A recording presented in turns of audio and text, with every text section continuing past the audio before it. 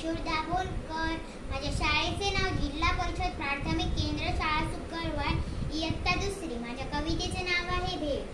आई आई करणा ग भेळ, छे रे बाबा मला नाही वेळ, एवढी कसली नाराज होता, भेळ करू बघता बघता, चुरमुरे घ्या कुरकुरीत, शेव पापडी चुरचुरीत, टोमॅटो कांदा कोथिंबीर अगदी बारीक छान चीर, पाणी खजूर थोडी चिंच, कालवून चटणी केली मस्त, थोडं तिखट थोडं मीठ, मिसळून टाका छान नीट, गोल बसा गालाट हसा, वाटून घ्या पसा पसा, बघता बघता